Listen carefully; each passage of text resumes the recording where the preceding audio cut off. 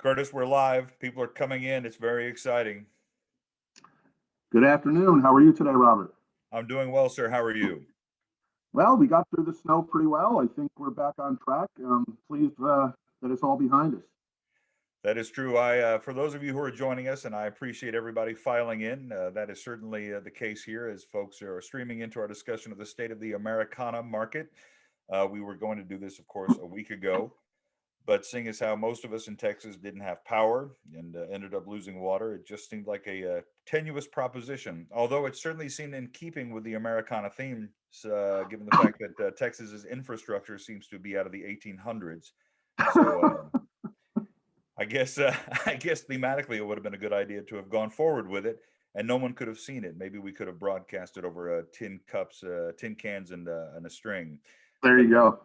but here we are. Here I'm Robert Wolanski, the communications director here at Heritage Auctions, here with Curtis Linder, the director of Americana here at Heritage, and we are going to discuss not just an upcoming sale, but the state of the market as it stands over the last few months and last couple of years. Because certainly, Curtis, I would imagine that given the pandemic, given other things, weather notwithstanding, that circumstances are certainly different in your world over the last year. And before we begin, I do want to make sure that folks drop me a question in the Q&A.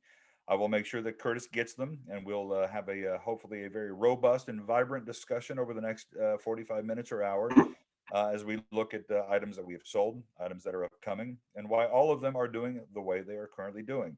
So, Curtis, tell me about the last year. You know, you and I haven't done one of these state of the market commentaries yet, and I am incredibly curious. Certainly, Heritage is the world's leading auction house when it comes to American collectibles.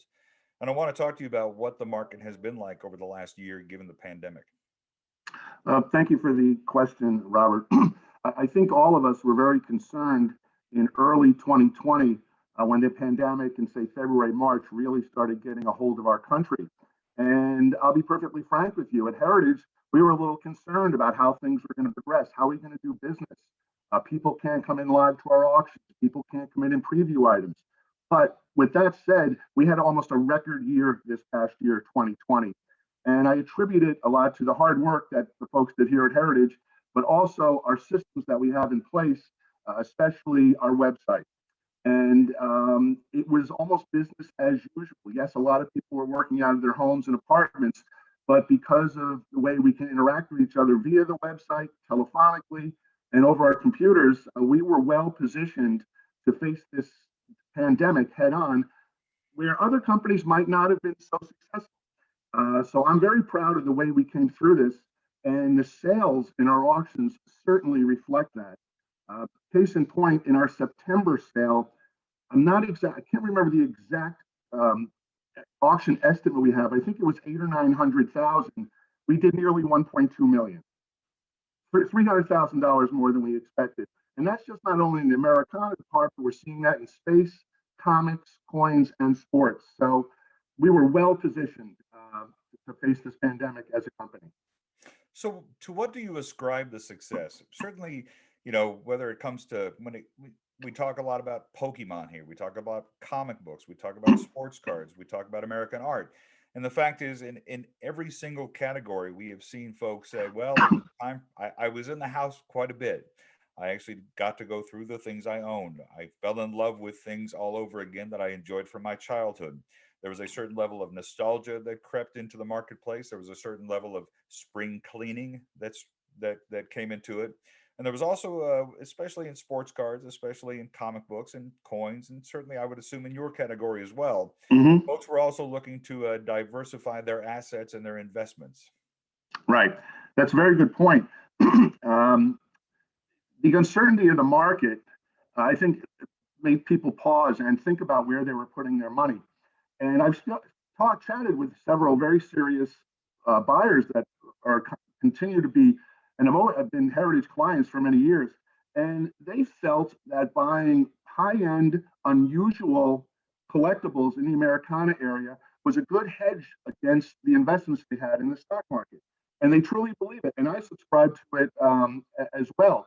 The other thing I've seen is there's no shows to go to at this point. I mean, some are opening up, but this past year has been devastating for shows and show promoters. So what we found is we had a lot of dealers starting to come to us who had great fresh material, really unusual items. They had nowhere to sell them. They could not bring them to shows.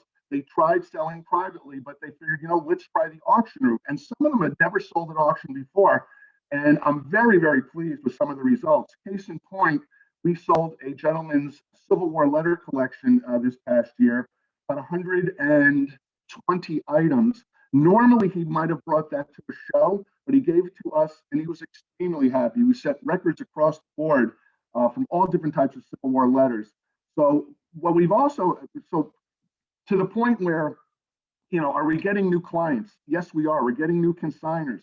We're also getting people who rarely, if ever, bid at auctions. They only went to shows or antique shows or to Civil War shows or political shows. Those people now, because they can't go to a live show, have now turned to the auction route. So we've gained a lot of clients because of that as well, and subsequently consigners besides bidders. Yeah, it's been fascinating. I have friends who have been buying stuff from Heritage who used to go to antique malls and go to places like that. And they said, well, I don't obviously feel comfortable at this particular moment going to crowded antique malls. There are no shows for me to go to. So the Right. auction house does seem to be the preferred alternative, especially because Heritage has been online for 20 years. And we've even seen it in the number of online clients we have. I think when I started here a year ago, Heritage had about 1.25 worldwide clients, and now that number has crept up to about 1.5 million. So certainly, and in many of the auctions that we have, you hear that's a new bidder, that's a new bidder, that has been Right. a new bidder. And I assume you've seen that a great deal in your category as well. I have across the board, even from beginning collectors to seasoned and collectors who've been collecting for 30, 40, 50 years. They have turned to our auction house because we do bring out really fresh material, really a lot of great rare pieces. And again, there's nowhere else, there's no shows to go to. Now, granted, shows will start coming back. I hope they do because I enjoy going to shows. But I think we've proven to these consigners and to these new bidders that we will be here for them to buy material from us and also to consign to us. So I think coming through this whole year, it's been a sad experience for the company because there's people here who have lost loved ones. Again, it's happened all over the country. But from a business standpoint, we were well positioned to get through this pandemic, again, by getting new consigners and also new bidders. So there have been a couple of questions dropped into the Q&A, and we'll answer them throughout the course of this discussion. I don't want to just save them for the end. We have some lots to look at, and we'll get to those in just a second. But Curtis Kelly asks, what process does Heritage follow in authenticating items before they go to auction? That's a very good question, Kelly. Thank you. We have a large staff here. If it's an autograph item, it gets vetted through our manuscript division. If it's a political item, it gets vetted through myself or Don Ackerman. So we have experts here. I mean, the combined experience that Don Ackerman and I have, I'm embarrassed to say, is probably 60 years.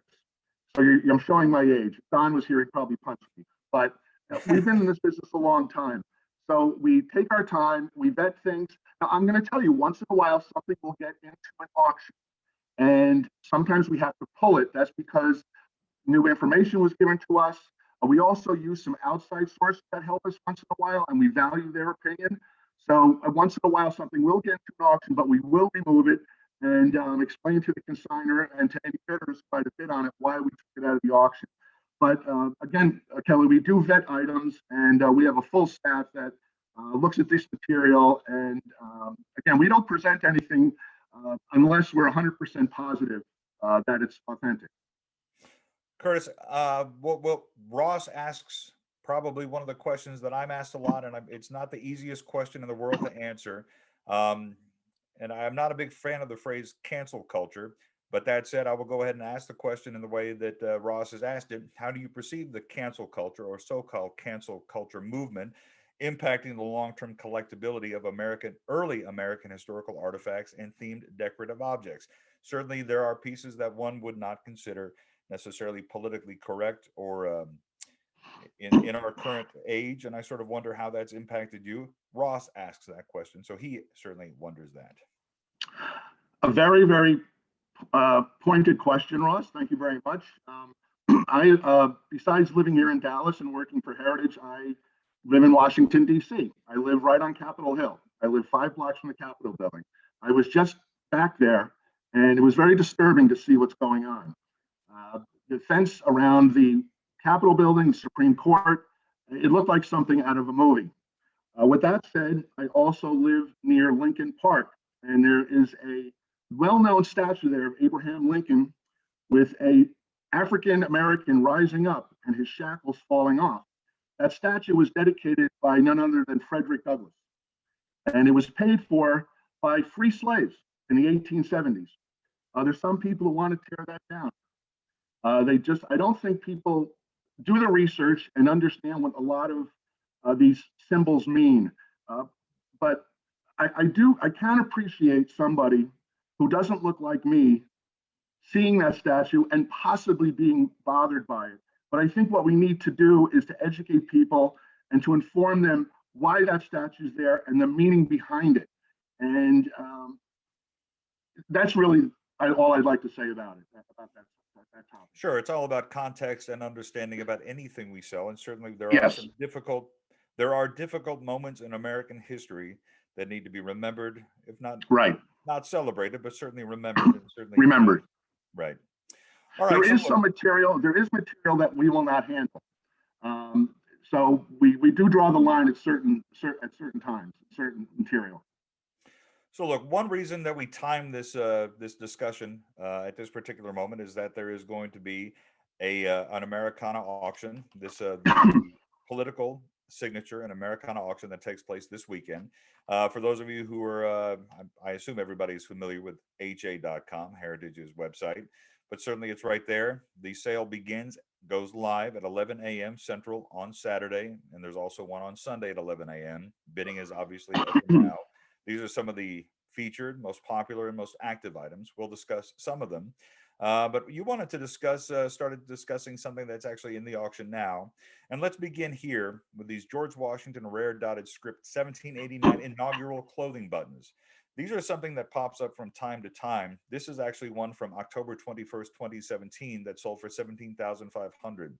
I want to talk a little bit about, I know you wanted to talk about these particular buttons and what makes them significant and what the market has been for them over the last several years.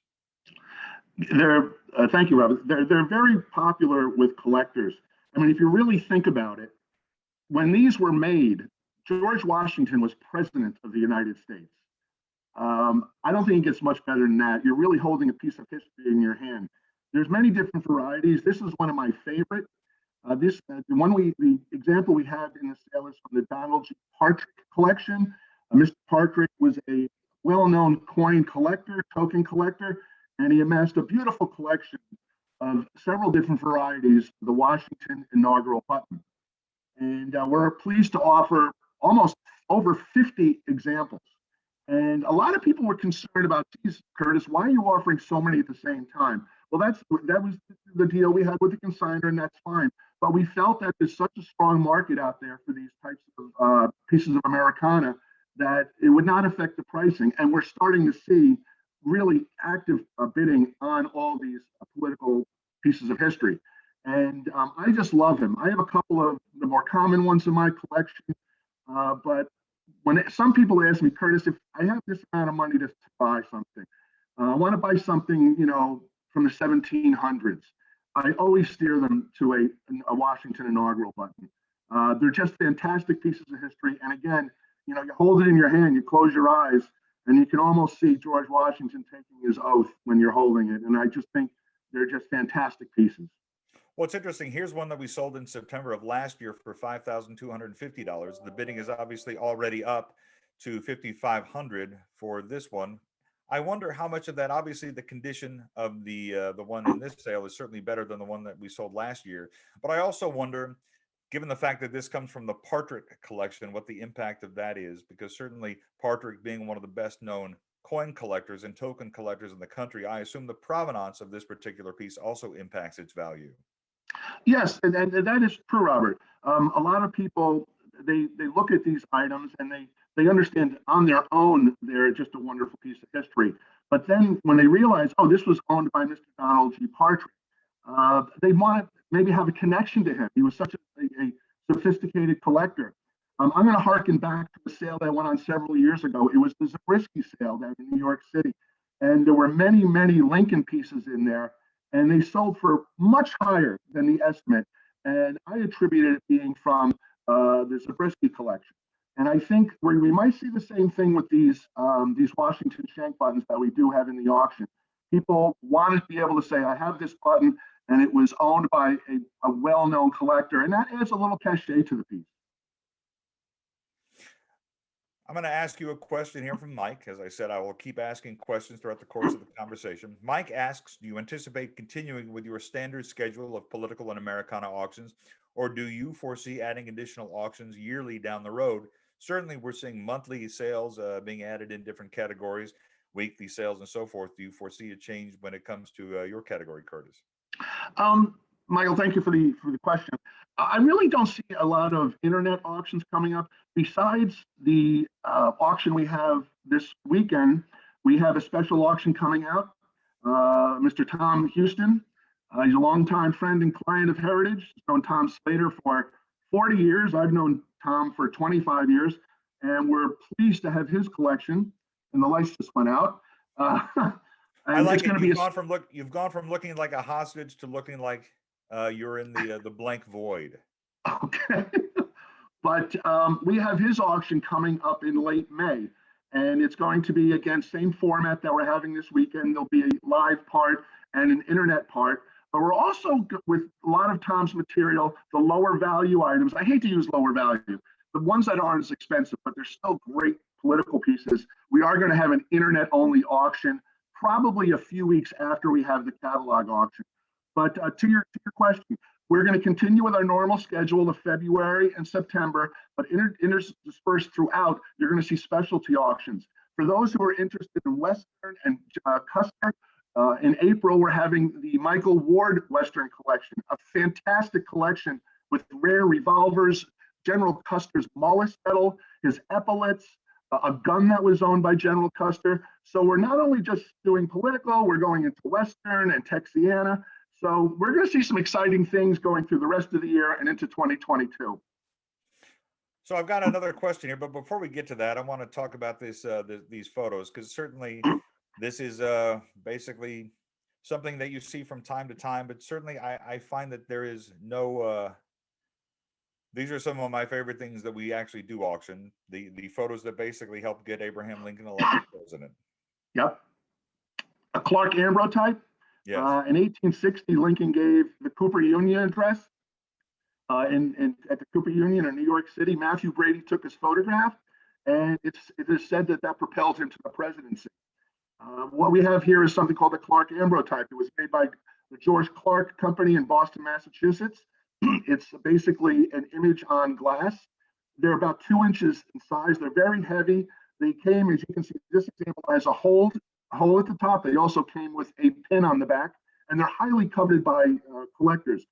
Incidentally, there's also a Stephen Douglas tape, a John Breckenridge, and a John Bell, which are also highly coveted and collected by collectors. And these pieces, the value, the condition is an integral part of value when it comes to these Clark ambrotypes. We sold a nearly pristine example for $35,000 several years ago. This example we're seeing right now, Robert, is this the one? When did we sell this one? This is the one that sold on November 2nd, 2019 for $12,500. This is the one that's in the current auction, the bidding for which is at $52.50 at the moment. Right. A lot of times these have emulsion issues. This is as made likely, these little emulsion specks. So the more clear and better condition the piece, usually the higher the value. And this is a well above average example. And I expect this to sell in excess of $10,000. And this has the pin reverse. It also has the original card on the back. The original card is very important to collectors. Again, it has some wear on it, but just think, this was used during the campaign. And what's neat about this piece is this has been passed down through the family since 1860. A relative who was a Methodist pastor owned this piece in 1860, passed down through the family, and then ended up here in Texas, and then on to Heritage auctions. So it not only is a great piece on its own, but the provenance and the history of it is just fantastic, staying in the family for 150 years. Amazing. That is extraordinary. Somebody points out in the Shirley, you points out here in the questions that the sound's a little off, and we understand that. You got to be a little patient, and as much as that, as you can see from the fact that Curtis's lights have gone off, that Yeah. things are a little cattywampus at the moment. Power was out in the office for several days, which is why we had to reschedule this. For those of you who are not in Texas, you probably are familiar, at least, with the fact that our weather and our electrical grid are also from around the period during which this Ambro type was probably made. So I think we can just auction off our electrical grid in the next Americana sale. There you go. Ross, this is a great example. Great example. Ross asks, do you think millennials, and I think this is probably a pretty good question to look at while we talk about this and what's upcoming. Do you think millennials and later generations will warm to physical collectibles in the future, or are antiques and other historical items facing value challenges, for the foreseeable future? Another great question. I'll tell you a quick story. I go to a lot of political memorabilia shows, and over the years, we haven't seen that many new collectors. So my viewpoint is it's up to these collecting societies, whether it's political, Civil War, coins, stamps, comic books, sports. It's really up to the folks that are in those collecting genres to reach out to younger people, explain the history of these items, and that you can actually own a piece of history. You can own a Babe Ruth baseball card. You can own a Votes for Women sash. You can own a Clark Ambrose type, if you have the funds, obviously. So I think it's up to the folks who collect now to kind of pass the torch down to these younger folks and let them know about the fun of collecting this material. My son, he does collect a little bit baseball cards, but not that much. But my daughter, I used to bring her to political shows, and she started collecting Alf Landon buttons. Now, I think she collected them because they had flowers on them, but she still has her collection, and she goes to antique stores, and if she sees one, she buys it. So I think I kind of helped out a little bit with that. But I really think it's really up to the standard bearers now, like myself and all the older collectors, to bring new people in the hobby. And I really, really think the APIC, which is the American Political Item Collectors, I think they do a great job in reaching out to younger people. And I have started to see the results at shows. I'm seeing teenagers, 12-year-olds, 10-year-olds coming with their parents. So I'm very optimistic about the future.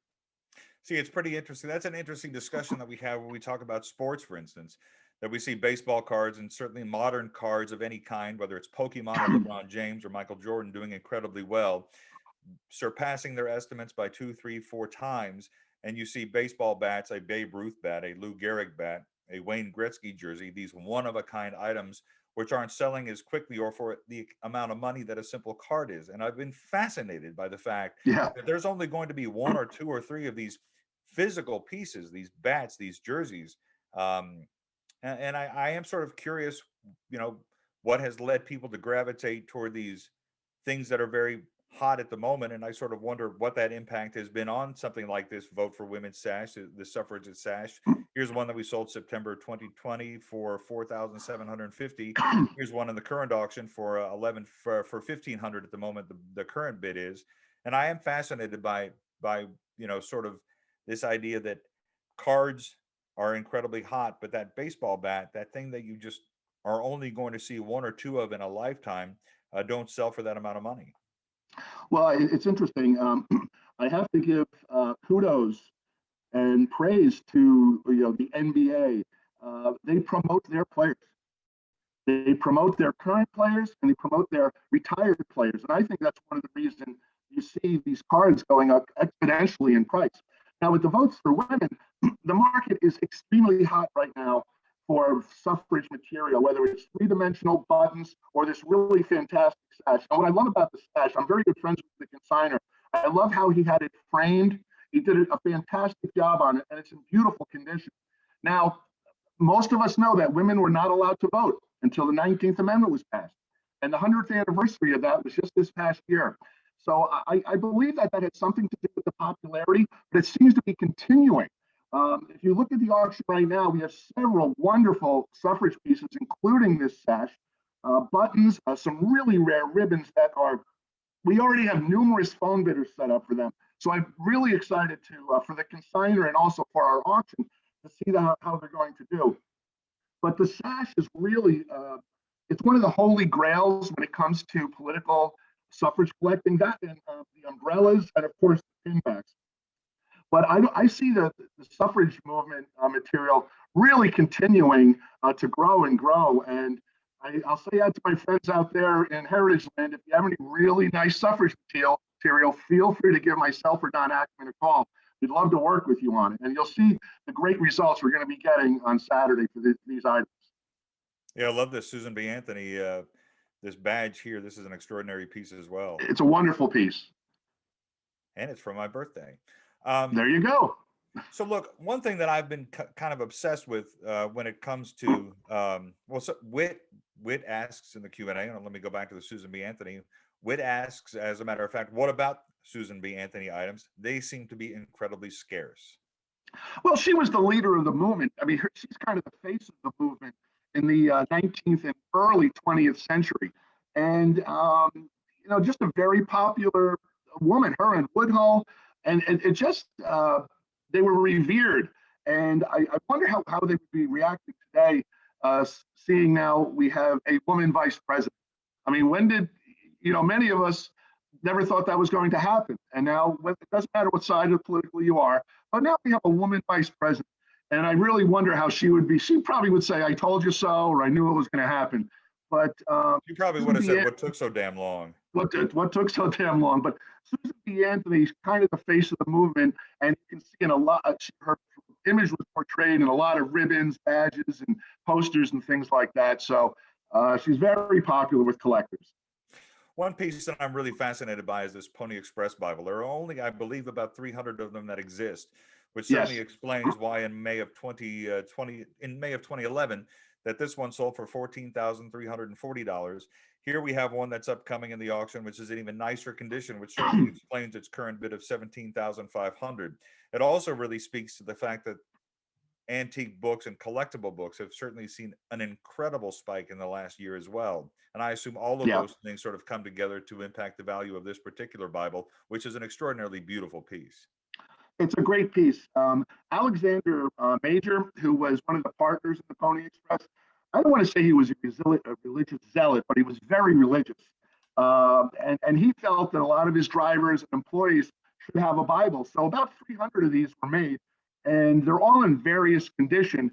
This one is absolutely beautiful. And I'm very pleased so far to see where the bidding is.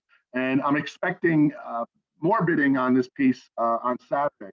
But again, back to rarity and condition, with only approximately 300 made, there's only a handful extant right now. So if you're looking for a really cool piece, if you love the West, if you love the Pony Express, and you want something that very few people have, and the others are just institutions, this is really the piece for you. I sort of do wonder about that. And I have wondered, I've been at Heritage for almost a year. Certainly haven't been in the office very much, as many of us in my department work from the house. But I have been curious about how do you talk to the folks in the rare books department and talk about sort of what has allowed for the uptick in this particular category? Because it certainly does seem over the last really 6 months that folks really have been gravitating toward the rare book category. Yeah, I do speak with James Gannon, Sam Sisler, and others in the department. Whenever we get a book in, I usually always try to find out if it's for their venue, because people have entrusted their material with us, and we want to put it in the correct auction. I felt, when I talked to Sam about this, we felt that this definitely belonged in the Americana division and in the auction due to the Pony Express connection. But back to the desirability of rare books. I love books. I mean, my place in Washington is right near the Library of Congress. Now it's closed now, but periodically I would go in there, and they have portions of Thomas Jefferson's library. And again, you wonder we know where those books were. Thomas Jefferson held them, and they tell a story. I mean, they're actually like living history. Where was this book for the last 200 years? Who owned it? And again, people, and also the authors, Mark Twain and Huckleberry Finn, that masterpiece. People want to have a connection, and by owning one of these rare books, they get that feeling satisfied. Now we're about to hit one of my absolute favorite pieces in your auction or any other. And we'll begin by looking at these John Kennedy flags from the Oval Office. Only in as much as that on November 24th, 2013, they sold for $425,000. Certainly befitting who they belong to and where they were. And I was fascinated by the fact that we have these Dwight Eisenhower Oval Office flags that are in this particular auction. And given the fact that I believe he had four different pair of flags that hung in his office, 48 stars, 49 stars, 50 stars. Let's talk about what makes these so significant and where the market is for these particular collectibles, because they are some of the rarest things that we do actually sell. Right. Um, there are collectors out there who love Oval Office history, who love White House history. And there's nothing better than being able to acquire an actual pair of flags that sat behind the commander in chief. Dwight Eisenhower, he was the president of Columbia University. He was our 34th president of the United States, but he was also the commander that led the D-Day invasion. He's such an historic figure that finally, just off the mall, and I was down there recently, they put up there's a monument to him. It's an open air memorial to Ike. It shows him as a youth. It shows him as a commander during World War II and also as president. And it also has some excerpts from some of his most famous speeches. He was around at the very beginning of the Cold War, if you really think about it. And, he got us through the 50s with no real major incidents. We were very, very lucky. And I think he's a very underrated president. I admire the man, especially his World War II service. And again, to get something that, Eisenhower certainly touched these, which is pretty cool. And they were in his Oval Office. Again, I hate to use the term, it doesn't get much better than this, but it really doesn't. I mean, if you're an Eisenhower fan, a White House historian, or someone who loves political related flags, I mean, who wouldn't love to have these in their home? Somebody asked me the other day, a friend of mine was looking at our website and saw these and was fascinated by the fact that we actually could even sell these and wondered where they had come from. I had certainly done the research and knew that they had come from the office of the quartermaster because but how do these survive this long and make it to market? Well, I mean, a lot of times they'll just get folded up and put in a drawer and they're forgot about for 50 years. And, a person passes away, and then when the family has to, clean out that person's estate, they tend to find these artifacts. And that's what's great about the business that I'm in and all my colleagues here at Heritage. Some of the stories that we get from people is just amazing how they find things. Maybe they were related to a famous person, and their grandmother dies and they find all these wonderful things in the attic. They go to a flea market or they go to an estate sale and they find something that was owned by a famous personality. But yeah, I mean, that's what happens. And we have consignment coming in that has four amazing Matthew Brady style ribbons from the 1860 election: Lincoln, Douglas, Breckinridge, and Bell. And they all look like the day they were made. You'd almost wonder if they're reproductions, but of course they're not. But those were put away lovingly by a collector probably 150 years ago and just sat there. And they were never seen the day of light. And something like this, the condition these are in are remarkable. It's not like the flag that was on the front of the limousine that could get ripped or torn. These just stood silently behind the president. And what's really cool is there's photographs out there with Eisenhower sitting in front of his desk with these flags behind him. And I just think that's great. The Kennedy flag sold, as we said, in November 24th, 2013, certainly on an anniversary, a grim anniversary for us here in Dallas and around the world, for $425,000. And it's sort of the reason I certainly, Ross asks a really good question, which is anniversaries seem to be a good opportunity to sell historic items. The moon landing 50th anniversary in 2019 was certainly notable in that regard. I would assume that in some ways that would apply to this Kennedy flag as well. Do you agree with that? And does Heritage have any special anniversary auctions planned that you can discuss? Ross, thank you. I do agree with that somewhat. When a famous personality passes away, you tend to see a lot of material come out, that pertains to that person. But I think it will continue. As famous, we're losing a lot of famous people right now, and one man that comes to mind, and I had the privilege of meeting with him, was Bob Dole. A friend of mine was coming into Washington, and he's a distant relative of Bob Dole's. And he said, "Look, I'm going to go meet with Bob Dole." I said, "I'm in." And he has stage 4 cancer. So if something happened in the sense that he passes away, his material will come out. Now, his material doesn't sell for too much money anyway, but you'll see a lot of it come out. So on certain events, a death of a famous personality, an anniversary, yes, you will continue to see material come out, and it usually sells for a lot of money. But then the market tends to soften a little bit and calm down and goes back to reality. But I think it will always be that way on anniversaries or the passing of a famous person, that their items will always come out and be sold. Shirley asks if this is going to be available later, this recording. She can't hear it right now. Shirley, if you can't hear me, I will tell you, yes, it will be. It'll be on the auction page. It'll be on YouTube. It'll be on Facebook as well. I'll type the answer here in a moment for you also, because I don't know if you can hear me. But yes, it will be available, Shirley. And for anybody else who would like to watch it again. So, look, before we wrap up, I wanted to talk about some of the things that are in this upcoming auction, because as it relates, in fact, to the White House, I thought this was an incredibly special piece. And I sort of wonder, in this market in which we find ourselves, do you get a lot of folks asking you about this phone that was in the White House during at least 3 presidencies? I think Reagan, George H.W. Bush, and Bill Clinton. Yes. We have had a lot of people ask about it. Where did the consignor get it? It's a cool piece.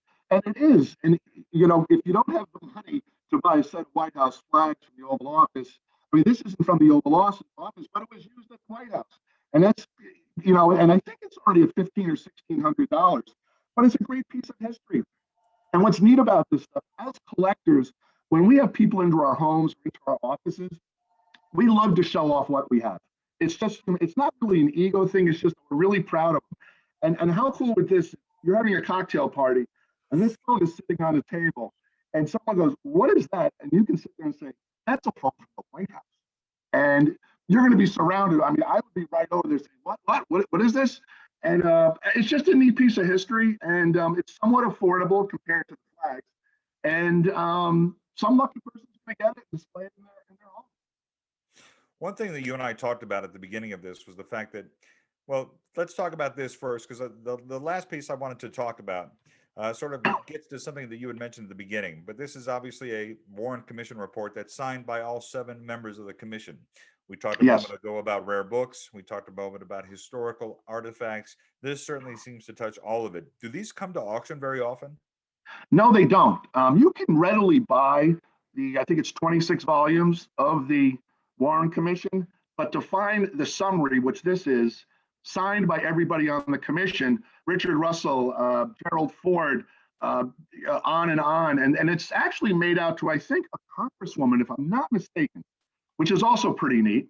But no, they do not come on the market very often. And again, it's a sad thing. It pertains to President Kennedy's assassination. A lot of people do not subscribe to the Warren Commission report. They believe that there were other shooters, but this was the government explanation of what happened. And again, it's signed by everybody on the commission.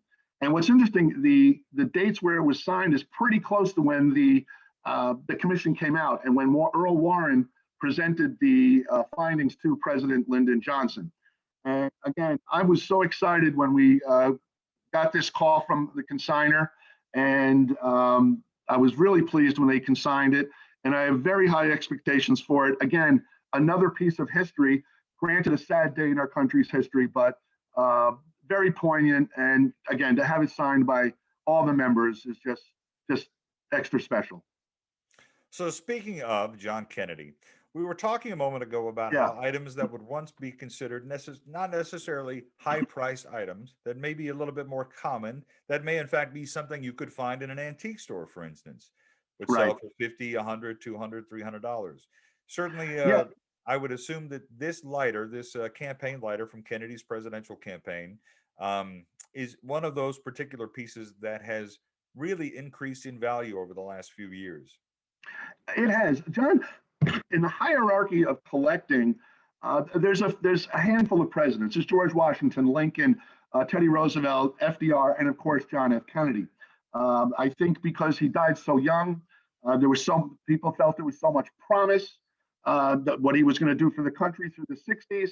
He really did quite a vision. And of course, he was a World War II hero. His PT boat was split in half by a destroyer in the South Pacific. He literally saved several of the men that were on the boat. Sadly, a few were killed. And during the campaign, they put out little pins shaped like PT-109, and of course this lighter. And in the inaugural parade, they had a float shaped like PT-109, and several members who were part of the crew were on the float when they went past the review. And it is said that the president stood up and waved his hat and was just so excited. And this lighter does show up from time to time, but I've seen it escalate in price over the last few years. And again, I think it just goes to the popularity of President Kennedy. And I'm really excited. It's over $1,000 right now. I'm expecting to go higher. But again, this is a piece that shows up with some frequency.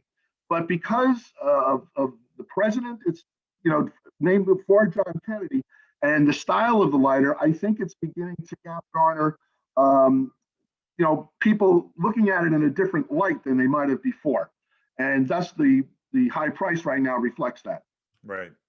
Yeah, I mean, I was just at an antique store finally for the first time in a long time. In fact, this weekend was the first time in a year my son and I realized we hadn't stepped into an antique store in over a year. And I was kind of amazed and realized how much I missed pieces like this and how grateful I was to work at a place where they are available at the click of a button.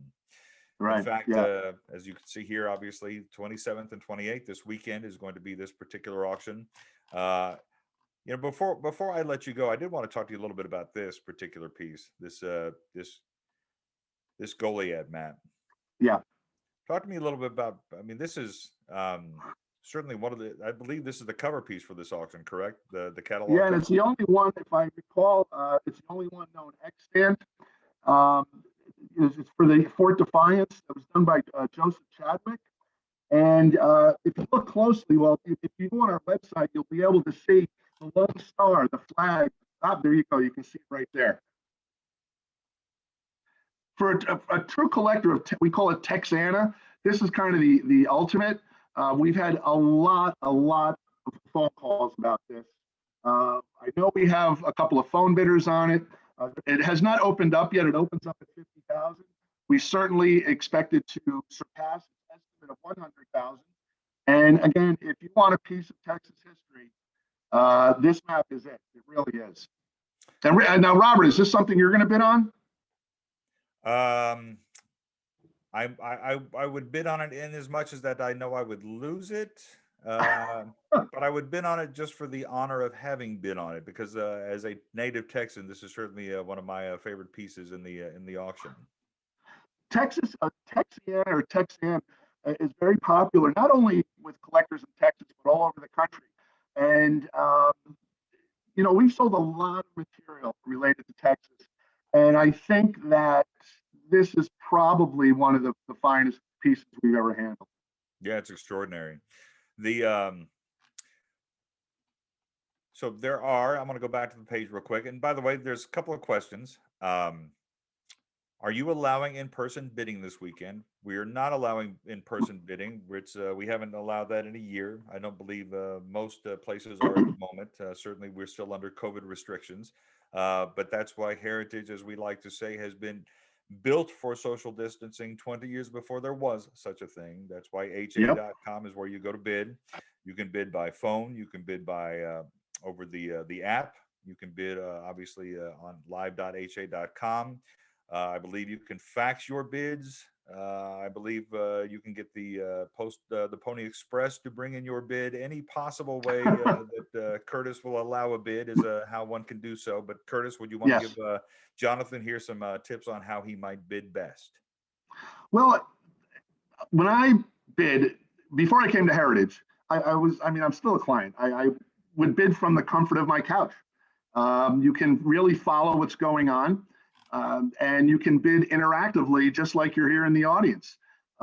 Again, we also do phone bidding. Some people prefer to be on the phone with one of our representatives. I'll be working the auction. Don will be here as well as well as other representatives from the company. You can also mail bids in. We still have people who do it the old-fashioned way. They'll mail a bid in, they'll fax a bid in. But I think bidding interactively over the internet is probably the easiest way to do it. And just one point, if people who are in the area want to see an item and preview it in person, we are allowing that.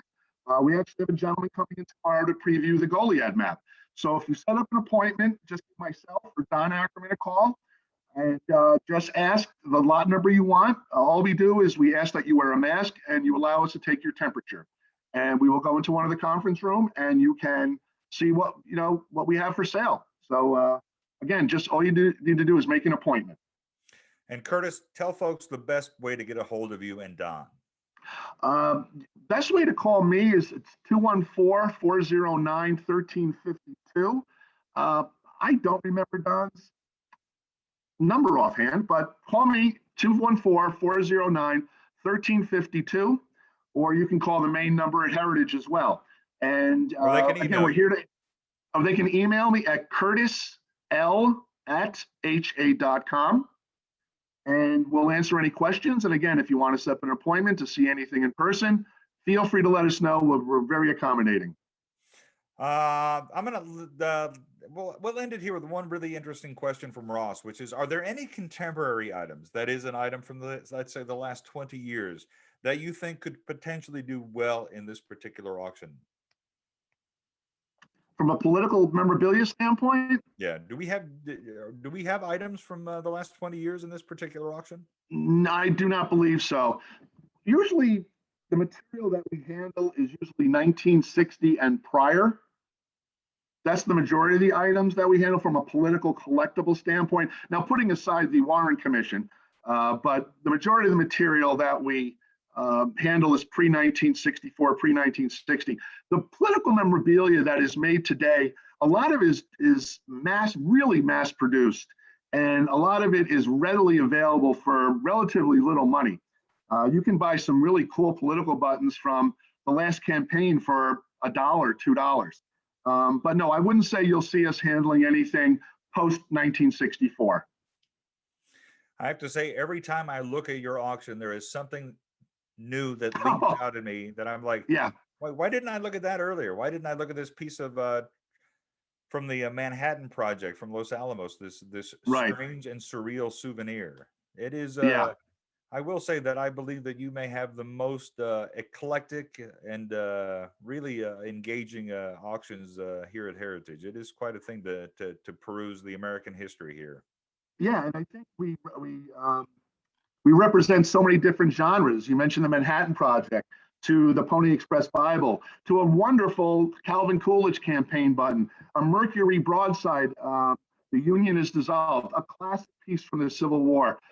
So we try to provide a cross-section of material to our potential bidders, and we hope they like it and appreciate it, and will continue to look at our catalog and be long-term clients, both on the bidding side and the consigning side. Well, Curtis, I really do appreciate you doing this, and I will say the lack of lighting in your room really does make you cut a striking figure there, sir. I'm gonna have to remember that. I'm gonna tell my wife that. So it's curtisl@ha.com if you have a question for Curtis. And Curtis, give your phone number one more time. 214-409-1352. Excellent. And I do appreciate everybody who's participated and who's stuck with us after last week's cancellation. We'll do more of these. And in fact, there's one for the sports auction that's forthcoming with Chris Ivey, the director of the sports auctions, that comes up on Thursday at noon. So feel free to join us for that. And I do really appreciate everybody joining us. Everybody seems to have enjoyed it, except for Shirley, who had some sound problems. And Shirley, I hope you replay this with the volume turned way up. Curtis, we'll do this again. Really a pleasure, sir, and best of luck this weekend. Thank you, Robert. Thanks for everybody who showed up. You bet. Thanks, everybody.